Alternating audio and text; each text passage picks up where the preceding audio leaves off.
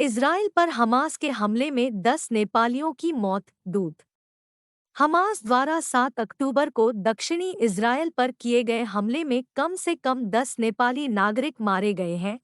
यहूदी राज्य में हिमाली राष्ट्र के दूत ने सोमवार को इसकी पुष्टि की। सीएनएन को दिए एक बयान में राजदूत कांता रिजल ने कहा कि पीड़ित कृषि छात्र थे और एक का पता नहीं चल पाया है।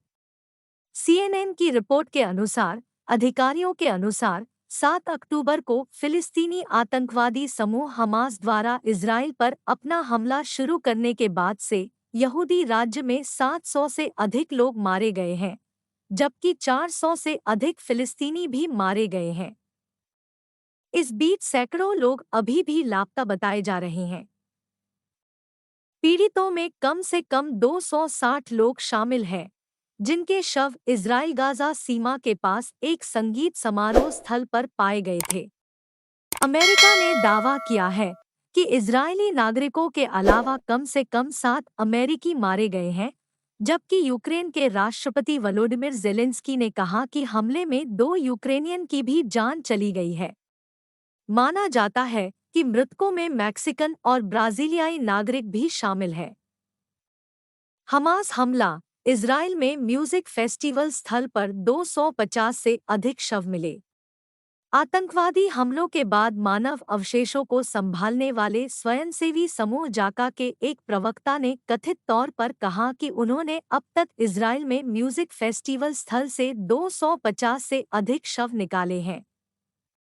द टाइम्स ऑफ इजराइल की रिपोर्ट के अनुसार दक्षिणी इजराइल में किबुत्ज रीम के पास फेस्टिवल में भाग लेने वाले युवाओं के कई माता-पिता शनिवार से अपने लापता बच्चों की खबर के लिए उत्सुकता से खोज रहे हैं।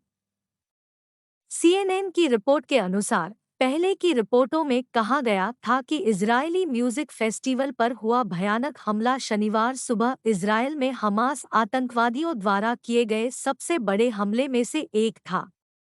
बंदूकधारियों ने घटनास्थल पर मौजमस्ती कर रहे कई लोगों को मार डाला और एक को बंधक बना लिया।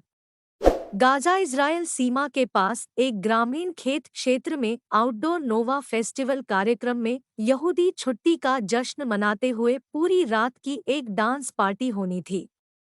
लेकिन जैसे ही सुबह हुई, उन्हें सायरन और रॉकेट की आवाजें सुनाई देने लगी। एक ने सीएनएन को बताया, हमारे पास छिपने के लिए कोई जगह नहीं थी। हम खुली जगह पर थे। सब घबरा गए और अपना सामान उठाने लगे।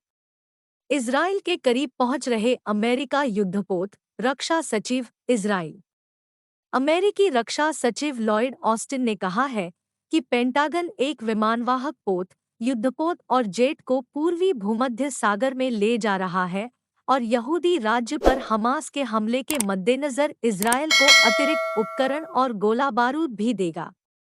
एक बयान में पेंटागन ने कहा कि ऑस्टिन के निर्देश के तहत रक्षा विभाग अमेरिकी नौसेना के विमानवाहक पोत USS Gerald R Ford, CVN-78, Ticonderoga class guided missile cruiser USS Normandy, CG-60 और आर्लेबर्ग श्रेणी के निर्देशित मिसाइल विध्वंसक USS Thomas Hudner, DDG-116, USS Ramage, DDG-61, USS Carney, DDG-64 और यूएसएस रूजवेल्ट, DDG-80 को इजरायल के निकट पूर्वी भूमध्य सागर में ले जा रहा है।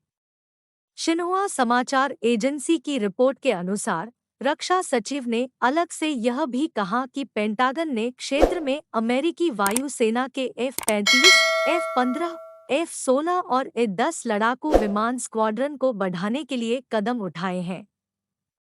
उन्होंने कहा कि अमेरिकी सरकार IDF को युद्ध सामग्री सहित अतिरिक्त उपकरण और संसाधन तेजी से उपलब्ध कराएगी। BNT की खास पेशकश।